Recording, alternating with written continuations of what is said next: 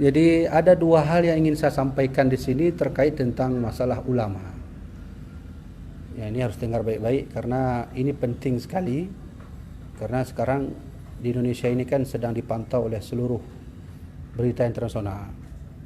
Dari Mesir, Arab Saudi, semuanya sedang memantau kita, sedang melihat apa sikap pemerintah terhadap pelanggaran HAM yang dilakukan oleh pihak kepolisian terhadap FPI dan seterusnya. Begitulah berita yang kita lihat. Maka lebih jauhnya saya ingin mengungkapkan sedikit tentang ulama. Terkadang mungkin kita sudah tua, sudah lupa apa sih peran ulama bagi bangsa dan negara. Pertama, saya ingin sampaikan tentang informasi dari Rasulullah langsung terkait tentang ulama. Itu penting. Nanti setelah itu, poin keduanya kita akan membahas sedikit fakta sejarah. Apa sih yang dibuat oleh ulama untuk negara dan bangsa kita ini? Nah, itu penting. Itu penting sekali. Jadi dua poin saya sampaikan. Yang pertama, poin pertama adalah terkait tentang hal ihwal atau informasi yang disampaikan Rasulullah tentang ulama. Jadi baru semalam saya baca satu kitab, namanya kitab Ihya Ulumuddin. Ya, judul tema kitab itu Fadlul Alim, keutamaan alim ulama. Itu kitab itu sangat fenomenal.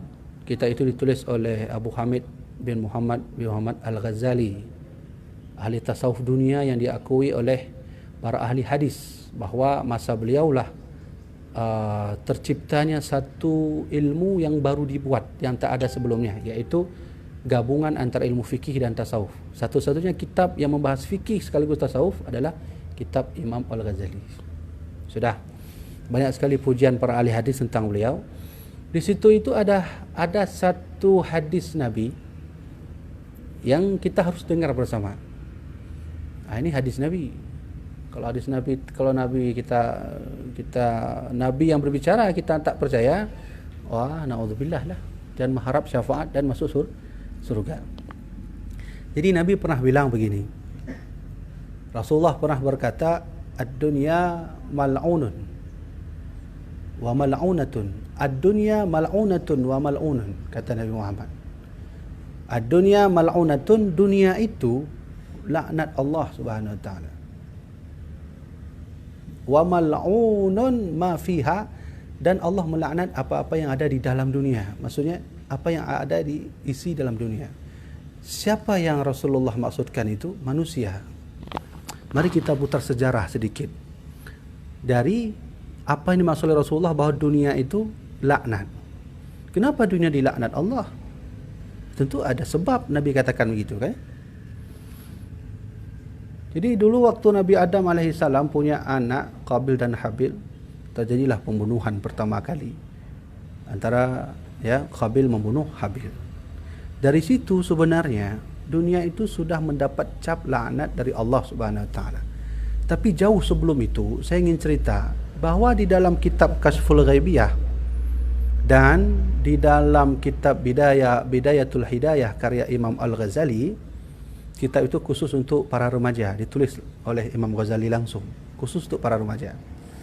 Jadi sebelum adanya bumi dulu, bumi belum ada, matahari belum ada, semua belum ada.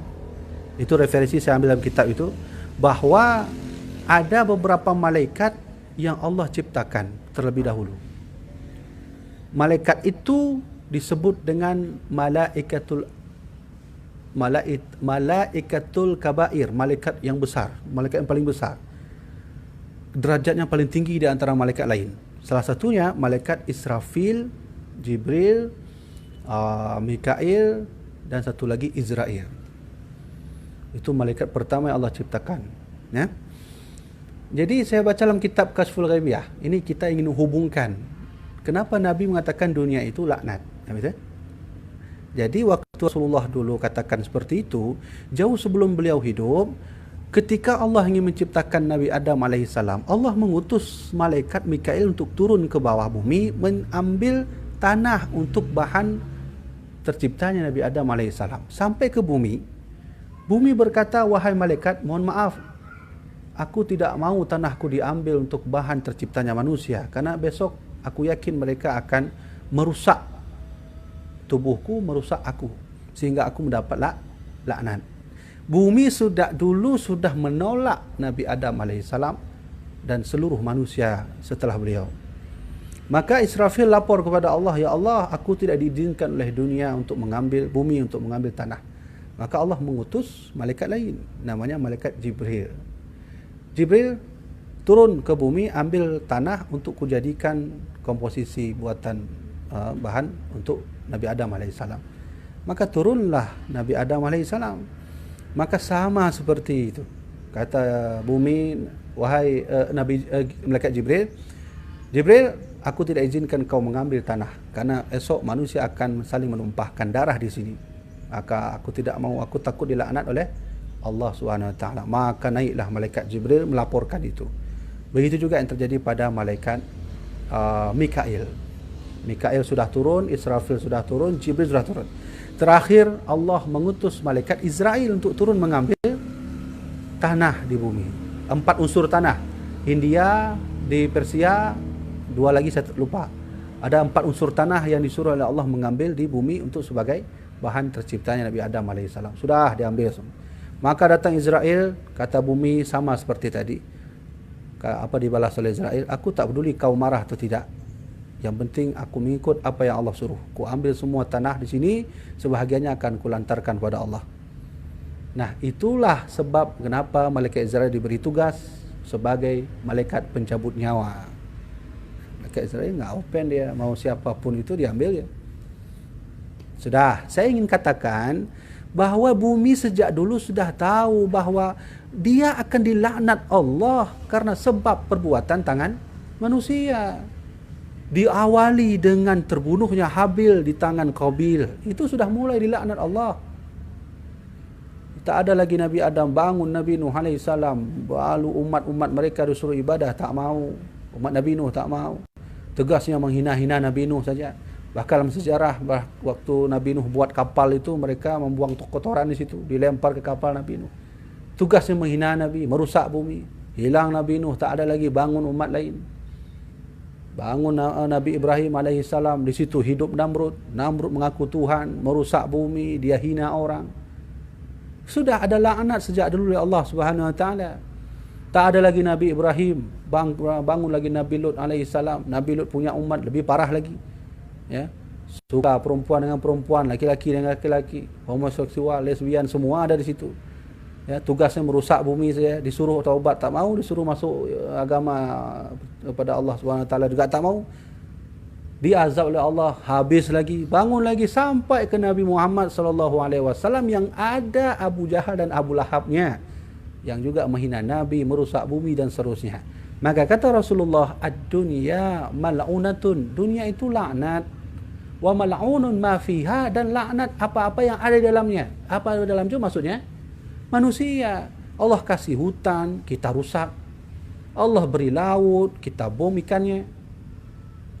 Entah apa-apa. Allah kasih gunung, gunung dikerok, hancur sudah.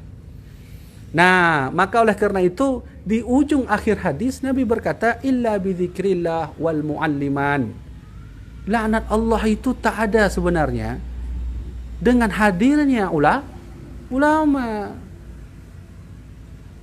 Coba lihat bahasa Nabi Muhammad, dunia itu dilaknat illa bidzikrillah, kecuali orang-orang yang berzikir pada Allah, wa mualliman, dan alim ulama. Ternyata maksud yang Nabi sampaikan ini, dengan adanya alim ulama sampai hari ini kita tak ada azab. Ayo kita belajar sejarah. Dulu waktu kaum Lut berbuat dosa, Allah kan enggak tunggu azab, ya. Nabi Lut berdoa, ya Allah, aku tak sanggup lagi. Diturunkan oleh Allah batu dari langit. Hancur semua kaum Lut. Oh, enggak tunggu-tunggu Allah waktu itu, langsung habis. Nabi Ibrahim gitu juga, punya Namrud. Namrud itu kan mengaku diri sebagai Tuhan, menyombongkan diri. Tak sanggup lagi, ya Allah, Tuhan. Udah diazab juga, dikirim oleh Allah nyamuk. Sebahagian ulama lalat masuk ke telinganya, udah habis semua kaumnya, tak ada lagi. Tak payah tunggu-tunggu. Nabi Musa itu juga punya umat yang lebih parah lagi. Fir'aun mengaku diri sebagai Tuhan. Bahkan mengadakan acara khusus untuk para umat-umatnya menyembah dirinya. Wah, sombong lagi. Lalu Nabi Musa katakan, "Ya Allah, ya Tuhanku, aku tak sanggup lagi, hancurkan Firaun." Allah kabulkan doa Nabi Musa 40 tahun kemudian. Hancur kerajaan Firaun. Tak payah tunggu. Semua nabi punya umat. Semua umat punya dosa. Semua dosa itu punya balasan langsung dari Allah SWT. Kan begitu kan sejarah? Pertanyaannya, dosa kaum Lut sekarang ada di masa kita. Apa dosa kaum Lut? Lesbian, homoseksual, ada nggak? Ada. Apa dosa kaum Nabi Musa? Menghina nabinya, mengaku diri sebagai Tuhan. Ada nggak orang mengaku diri sebagai Tuhan di dunia ini, di masa sekarang ini? Wah, bukan ada lagi, banyak. Dosa kaum Nuh itu juga. Dosa kaum Nuh menghina nabinya. Oh, juga. Dosa kaum Nabi Isa mengaku diri sebagai nabi. Ada masa kita? Wah, banyak. Di Indonesia udah ada 5 orang lagi. Asli itu SNI, Standar Nasional Indonesia. Itu Indonesia. Tapi saya ingin bertanya, coba renungkan pertanyaan kecil saya. Kalau begitu, kenapa Allah tak melaknat kita? Berapa dosa kaum sejak dahulu hadir kembali di tempat ini? Tapi pertanyaannya, kenapa Allah tak mengazab? Ada sebab di sini. Kenapa Allah seperti kayak mau Allah laknat, tapi ada yang menahan, kan begitu? Dulu kaum Lut berbuat dosa homoseksual, lesbian, diturunkan oleh Allah batu. Sekarang jadi jamaah dirahmatillah Allah. Ya. Duduk dulu. Ya, dulu. Bapak jauh-jauh main aja.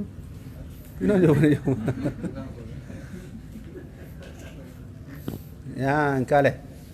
Ya, jadi coba renungkan adik-adik ya, bahwa ada yang menahan amarah Allah. Allah tak jadi marah. Ya.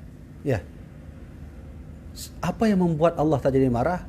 Sedangkan Nabi tak ada lagi. Nabi Muhammad misalnya Nabi Muhammad masih hidup hari ini, mungkin itu kan masih ada Rasulullah. Rasulullah selalu berdoa untuk menyelamatkan umatnya, tapi Nabi tak ada lagi.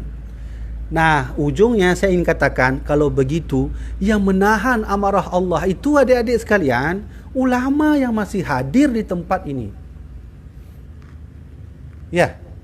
Rasulullah berkata, ad-dunya mal'unatun, dunia itu laknat illa bi dzikrillah wa mualliman. Tak jadi dilaknat Allah karena masih hadir ulama. Tapi alangkah sedihnya, ternyata di Indonesia sendiri ulama kita dihina, diintimidasi, ditendang, diinjek. Ya, ini lagi partai Abu Jandanya. Ya? Saya sendiri pribadi, ini enggak pakai hukum. Saya pribadi, kalau ada orang datang disuruh pilih dosa, misalnya contoh, kamu Tunku Habibi mau pilih yang mana? Dosa mencuri, minum arak, atau dosa menghina ulama? Saya pilih minum arak, Tunku. Saya lebih pilih minum arak daripada saya menghina ulama. Karena kalau menghina ulama sama sudah menghina Nabi. Dari mana Tunku bisa berkatakan seperti itu? Al ulama warathatul anbiya. Nabi meninggalkan warisnya seandainya kalian ini punya anak nanti, warisan itu kalian titipkan kepada orang, lalu saya ejek, saya hina warisan kalian, marah enggak? Warisan kalian saya hina, marah. Begitu juga Rasulullah, apa enggak marah Nabi Muhammad kalau warisannya dihina? Nah, maka poin pertama, seperti mana janji kita tadi di awal, saya ingin jelaskan informasi dari Rasulullah SAW bahwa ulama itu pewaris Nabi, jangan dihina, jangan intimidasi. Allah itu belum marah, jangan memancing-mancing amarah Allah. Kalau Allah dah marah, wah udahlah. Siapa yang menahan amarah Allah? Coba lihat, sinyal kecil dari Allah sudah Allah timbulkan. Beberapa minggu yang lalu sudah meninggal 4 ulama dalam 2 hari saja. Itu sinyal kecil bagi orang yang peka. Bagi orang yang peka, yang punya iman kuat pada Allah, dia akan memandang setiap kejadian itu adalah hikmah dan iktibar bagi hidupnya. Kalaulah daun yang jatuh dari pohonnya itu bisa diambil hikmah, apalagi meninggal ulama yang 2 hari 4 orang diambil oleh Allah. Abu Din Bakoi, Abu Din Bakoi diambil. Abu Din Bakoi itu guru saya dulu. Dia waktu saya kecil, beliau sering gendong-gendong saya tu Abu Din. Itu. Kemudian Abu Palu Gading meninggal, tak ada lagi. Itu sinyal kecil. Saya teringat kalau tak ada lagi ulama, kata Rasulullah, kiamat akan semakin dekat, yurfa'ul ilmu, diangkat ilmu oleh Allah. Maka di hadis riwayat dari Bukhari, Nabi pernah berkata, innallaha la yaqbidul ilma intiza'an yantazi'u minal ibad. Allah tak akan mengangkat ilmu melainkan biqabdil ulama diwafatkan. Coba hubungkan dengan hadis Nabi tadi, tanda kiamat tak lama lagi, yurfa'ul ilmu, diangkat ilmu. Di hadis yang lain Nabi mengatakan cara Allah mengangkat ilmu biqabdil ulama, diwafatkan ulama mati. Lalu sahabat bertanya, seandainya tak ada lagi ulama di masa itu, bagaimana Rasulullah? Fa'adallu wa adallu, maka akan terjadi kesesatan dan saling menyesatkan sama manusia. Habis sudah. Maka poin pertama saya ingin sampaikan satu hadis saja, walaupun banyak sekali hadis. Saya ingin sampaikan kalau begitu dunia itu sudah dilaknat oleh Allah sejak dulu masa terbunuhnya Habil oleh si Qabil. Tapi ada yang menahannya. Yang menahan itu ulama. Maka saya pribadi kalau seperti saya katakan tadi, kalau disuruh pilih minum arak atau minum ulama, saya lebih pilih minum arak aja. Sediakan semua merek minum arak, biar saya minum aja. Itu seandainya seperti itu. Walaupun kedua-duanya tidak boleh. Faham kan? Jadi dosa menghina ulama itu, udahlah. Sama seperti menghina Nabi Muhammad. Kalau kalian sudah menghina pewaris Nabi tidak ridha berdoa, jangan mengharap surga dan jangan mengharap syafaat Rasulullah ketika kalian tidak diopen oleh Allah di akhirat. Kepanasan kalian di tengah matahari di akhirat nanti. Hina kalian, keluar nanah dari tubuh, darah, mandi darah, nggak akan diopen oleh Rasulullah. Kenapa tidak akan mengopen? Nabi menghina. Kenapa Nabi menghina kita? Karena kita menghina pewarisnya. Ini pelajaran bagi kita semua. Kalian besok kalau jadi polisi, TNI, pejabat negara, menteri, ingat tak ada keselamatan kalian kecuali dekat dengan ulama. Laki petuah bab ulama. Kalian kan mungkin di sini tidak semua jadi ulama, tapi akan berhasil saat nanti. Ya? Keberhasilan kita berbeda. Nah, yang jadi ketoke itu kan mana? Ada yang jadi menteri, pejabat, guru. Ajarkan ini kepada seluruh orang-orang, menghormati ulama itu pahala besar dan mendapat syafaat Rasulullah. Dari mana bisa dapat syafaat Rasulullah? Karena itu pewarisnya. Sudah selesai poin pertama. Sekarang poin kedua saya ingin singgung sedikit. Apa sih peran ulama bagi bangsa dan negara? Itu sudah selesai. Apa peran ulama bagi bangsa dan negara? Saya tak sebutkan sejarah seluruh Indonesia, karena setiap wilayah di Indonesia punya sejarah tentang keulamaannya bagi bangsa dan negara. Karena kita orang Aceh, saya sebutkan sejarah Aceh saja tentang peran ulama ya bagi bangsa dan negara ini. Dulu ketika Soekarno ditangkap oleh Belanda, ketika itu sebelum kemerdekaan, hampir semua tokoh merasa pesimis. Sepertinya Indonesia tidak ada lagi, tidak jadi merdeka. Sehingga ketika itu dikeluarkanlah statement oleh Soekarno, angkat ibu kota Indonesia di Biren, walau hanya 1 bulan. Ya. Itu sedang gabuk, itu sudah sedang enggak, maksudnya para tokoh pun sudah mulai panik. Sehingga ketika panik seluruh tokoh untuk sepertinya tak jadi merdeka, ada ulama yang turun dari Aceh, sehingga terciptalah nanti dengan istilah radio rimba raya. Ya. Itu sejarah itu ditulis sedikit oleh bangsa kita sendiri, tapi banyak sekali itu perjalanan radio rimba raya. Bahkan dalam sejarah Radio Rimba Raya itu pernah dicari oleh Belanda untuk dihancurkan, tapi dipindah. Dibawa ke rumah ini, nanti pindah ke rumah sebelah sana, dibawa rumah sebelah sini, dipindah sebelah sana. Itulah yang menginformasikan bahwa merdeka Indonesia tetap akan terjadi. Siapa yang merintahkan itu? Para alim ulama Aceh. Wallahu a'lam di mana status bangkai radio itu. Saya enggak tahu di mana. Satu. Yang kedua, kalian jangan pernah lupa bahwa dulu Soekarno pernah datang ke Aceh meminta bantuan untuk membantu kemerdekaan bangsa Indonesia. Dulu Indonesia, Soekarno datang ke Hotel Aceh. Nah, tempat Hotel Aceh? Hah? Samping Masjid Raya tu? Ya, ada tugu warna-warni itu. Yang ada lagi sekarang, seharusnya pemerintah itu buatlah situ monumen kecil di ini dulu. Ini nggak ada. Ya, itu warna-warni samping Mesir itu Hotel Aceh dulu, tempat Soekarno datang meminta bantuan kepada alim ulama, berjumpa dengan Dr. meminta bantuan untuk ikut memerdekakan bangsa Indonesia ini. Dr. memanggil seluruh pejabat waktu itu, termasuk orang kaya di Aceh namanya Teku Dimarkam. Pernah dengar? Teku Markam ketika itu berada di luar Aceh. Sehingga berfatwalah para alim ulama untuk membantu NKRI. Pertama, dikirimnya, dibeli pesawat Selawah 001, Selawah 002, Selawah 003. Yang masih ada bangkai 001, 002. 003 sudah dijual di Singapura. Wallahu alam, tadi dijual untuk dikorupsi, nggak tahu tak. Itu dan lupa sejarah. Soekarno datang ke sini langsung di Hotel Aceh meminta bantuan, dikirimlah bantuan. Wah, tak tanggung-tanggung bantuan oleh para alim ulama, tokoh dan masyarakat Aceh.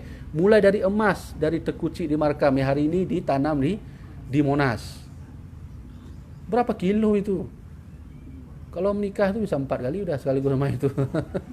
Emas banyak puluhan kilo dikasih oleh Teku di Markam. Kemudian para alim ulama berfatwa, ikut membantu sehingga masyarakat ikut. Ada yang kirim 1 gram emas, ada yang kirim dari masyarakat 2 gram emas, ada 4 gram emas, disatukan, dibantu untuk beli pesawat.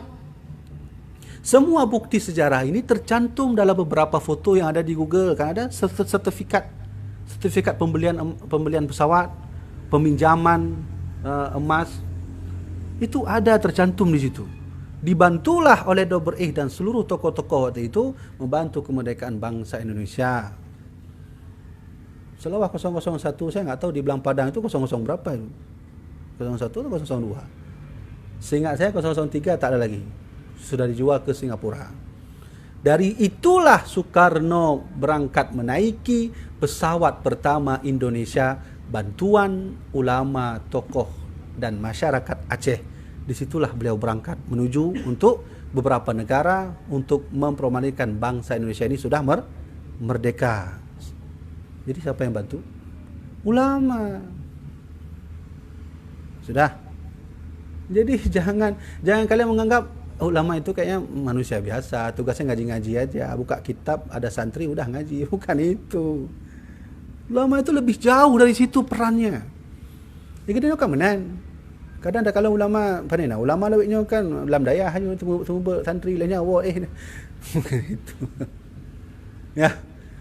Jangan pula lupa dengan perang ulama bagi bangsa ini. Mungkin ini karena di syuting saya ingin sampaikan juga kepada seluruh masyarakat online bahwa jangan pernah kita lupa dengan sejarah. Seandainya dulu tak ada Aceh, saya yakin tak ada Indonesia ini. Ya. Seandainya tidak ada Aceh, saya yakin Indonesia tak akan pernah berdiri. Bayangkan puluhan kilo diberi sumbangan oleh Tengku Dimarkam emasnya, pesawatnya, apalagi utangnya untuk bangsa Indonesia. Soekarno datang ke sini. Sudah, selesai sudah.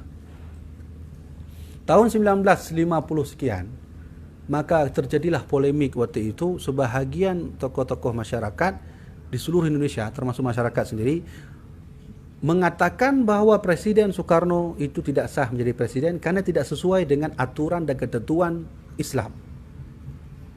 Tahun 1950 sekian, saya lupa tuh, tahun 52 atau 53.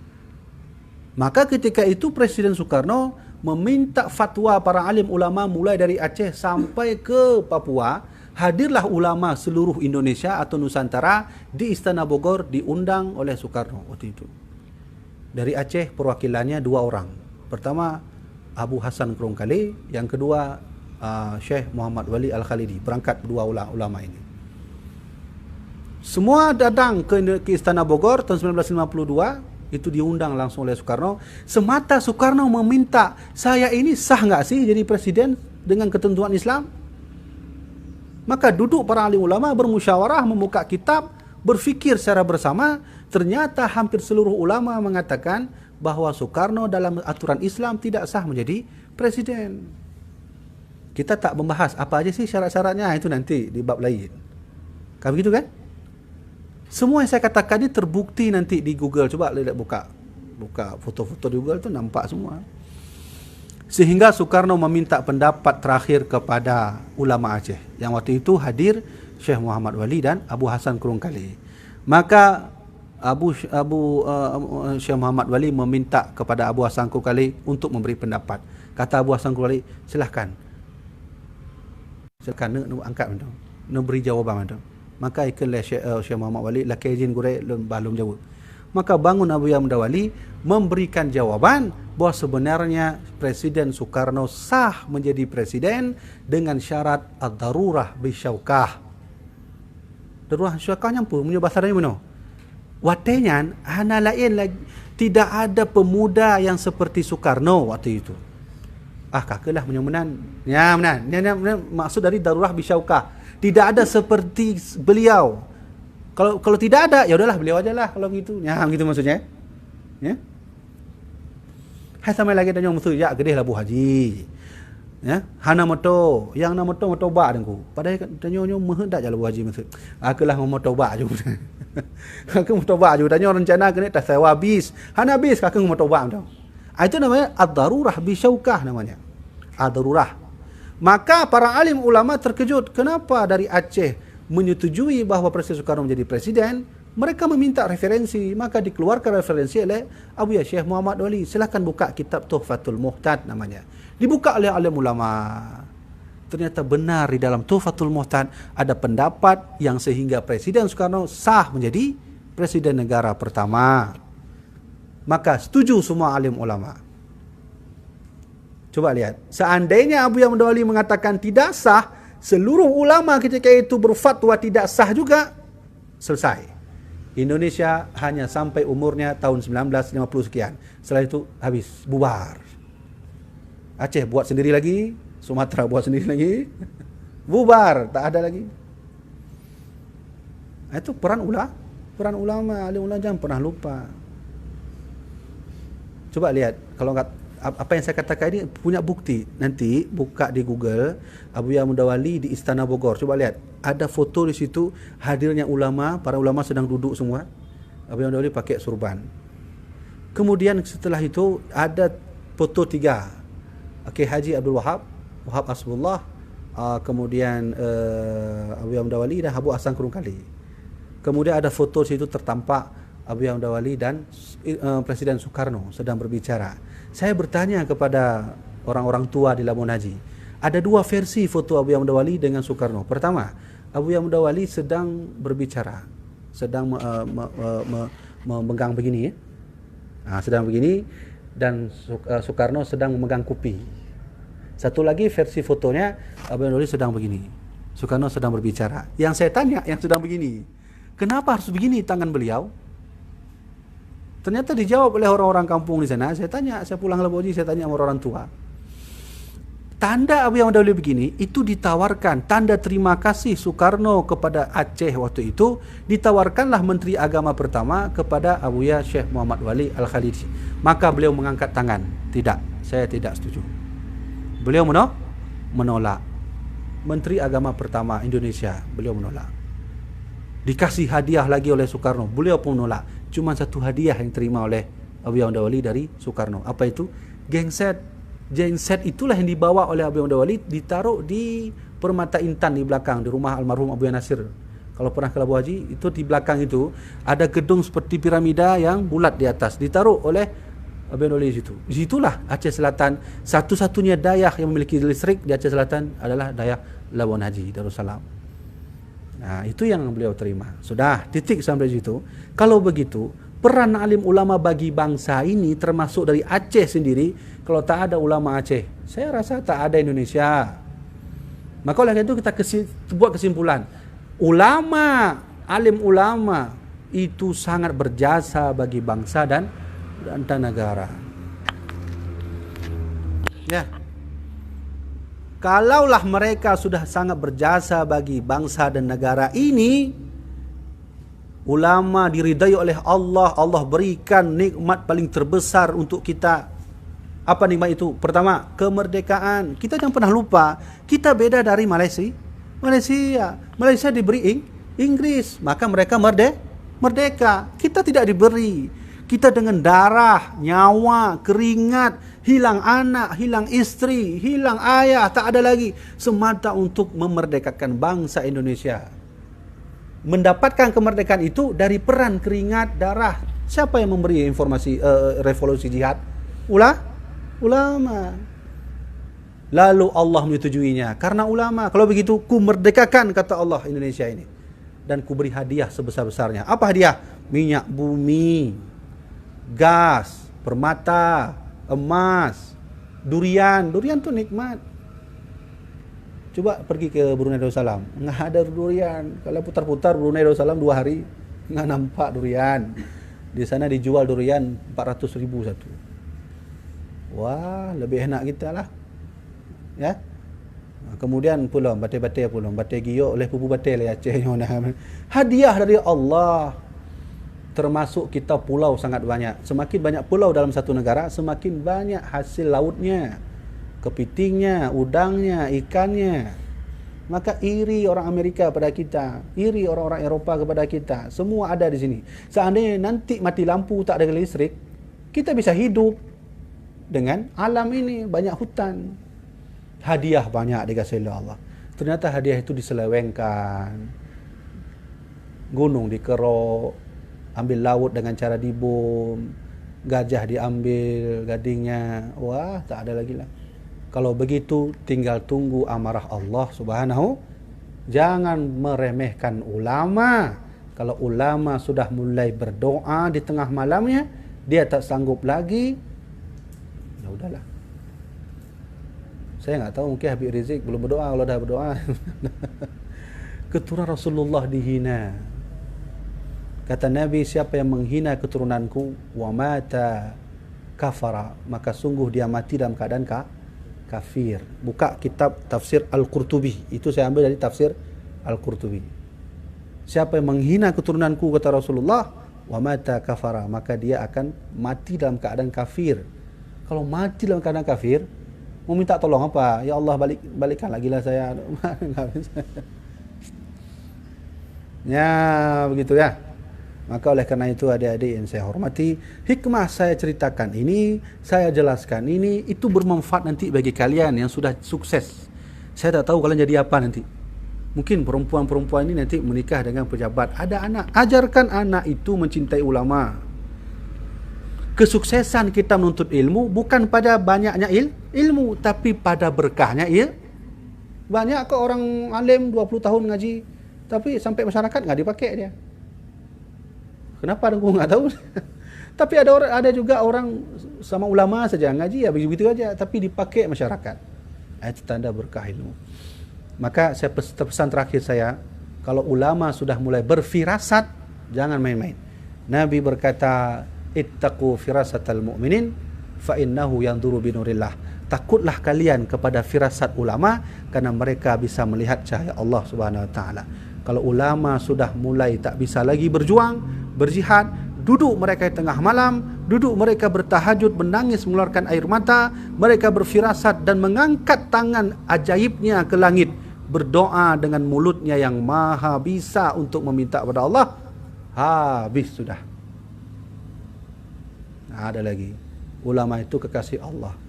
Maka kata Nabi Muhammad, al-ulama aminullah fil ard. Ulama itu kepercayaan Allah di bumi. Allah kalau ingin mempercayakan sesuatu pada alim ulama. Allah mempercayakan bumi ini. Ulama, jaga bumi ini. Ulama menjaga.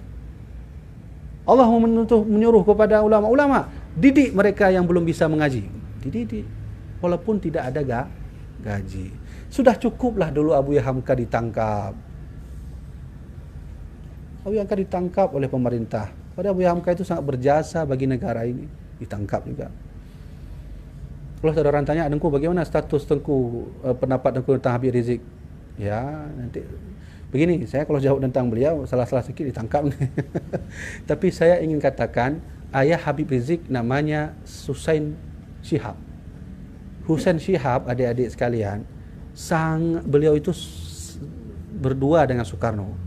Ketika Soekarno membahas tentang proklamasi Indonesia, tidak lupa mengajak Husain Shihab, ayah Habib Rizik Shihab. Kalau anak seorang ayah yang memerdekakan bangsa ini, terus berjuang memerdekakan bangsa ini, lalu kita usir anaknya, kemana malu kita? Enggak malu lagi kita. Kalian berjasa bagi bangsa ini, anak kalian lahir, saya pemerintah, saya hina anak itu, malulah kita. Masa anak dari seorang ayah yang berjasa bagi bangsa kita hina? Jadi saya begini, saya sangat takut kalau ulama itu sudah mengangkat tangan. Udah mengangkat tangan tengah malam tahajud, udah dengan tangan ajaibnya, udah habislah kita. Kalau polisi kekuatannya pada hukum dan pada senjata. Kalau TNI kekuatannya pada senjata dan pada bom. Di mana kekuatan ulama? Pada doanya. Ulama pada doanya. Doa itu senjata paling terkuat di bumi.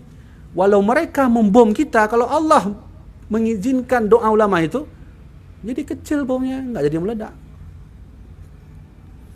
Abu Yazid Al-Bustami itu waktu dipancung, itu ulama, itu wali Allah. Dia juga dipancung. Diambil lehernya, dipancung pakai itu. Hampir 100 orang tak bisa memancung lehernya. Karena dia punya keajaiban dalam berdoa. Begitu. Maka oleh karena itu adik-adik sekalian dan jamaah-jamaah online semua, kalau bisa mulai dari sekarang, tidaklah dapat ilmu banyak dari ulama, minimal megang sendalnya dah cukup lah. Megang sendalnya, minum airnya, ya, apalagi ambil kitabnya, kan begitu kan? Karena kesuksesan berilmu itu bukan pada banyak ilmu, tapi banyak berkahnya. Begitulah ayah saya dulu mendidik saya.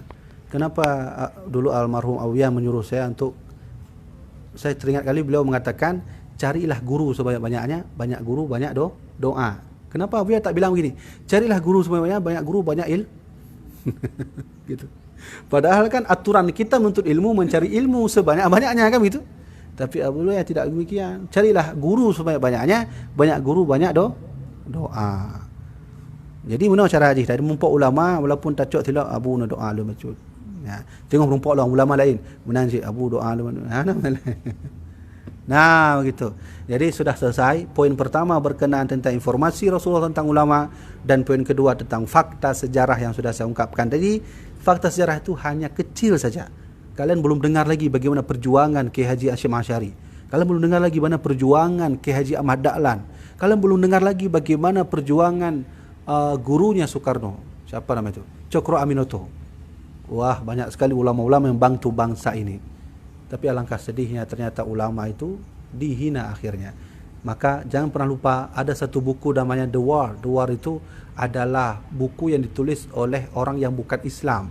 Tapi di sana dia katakan bahwa ketika perang, tokoh agama itu sangat dipentingkan.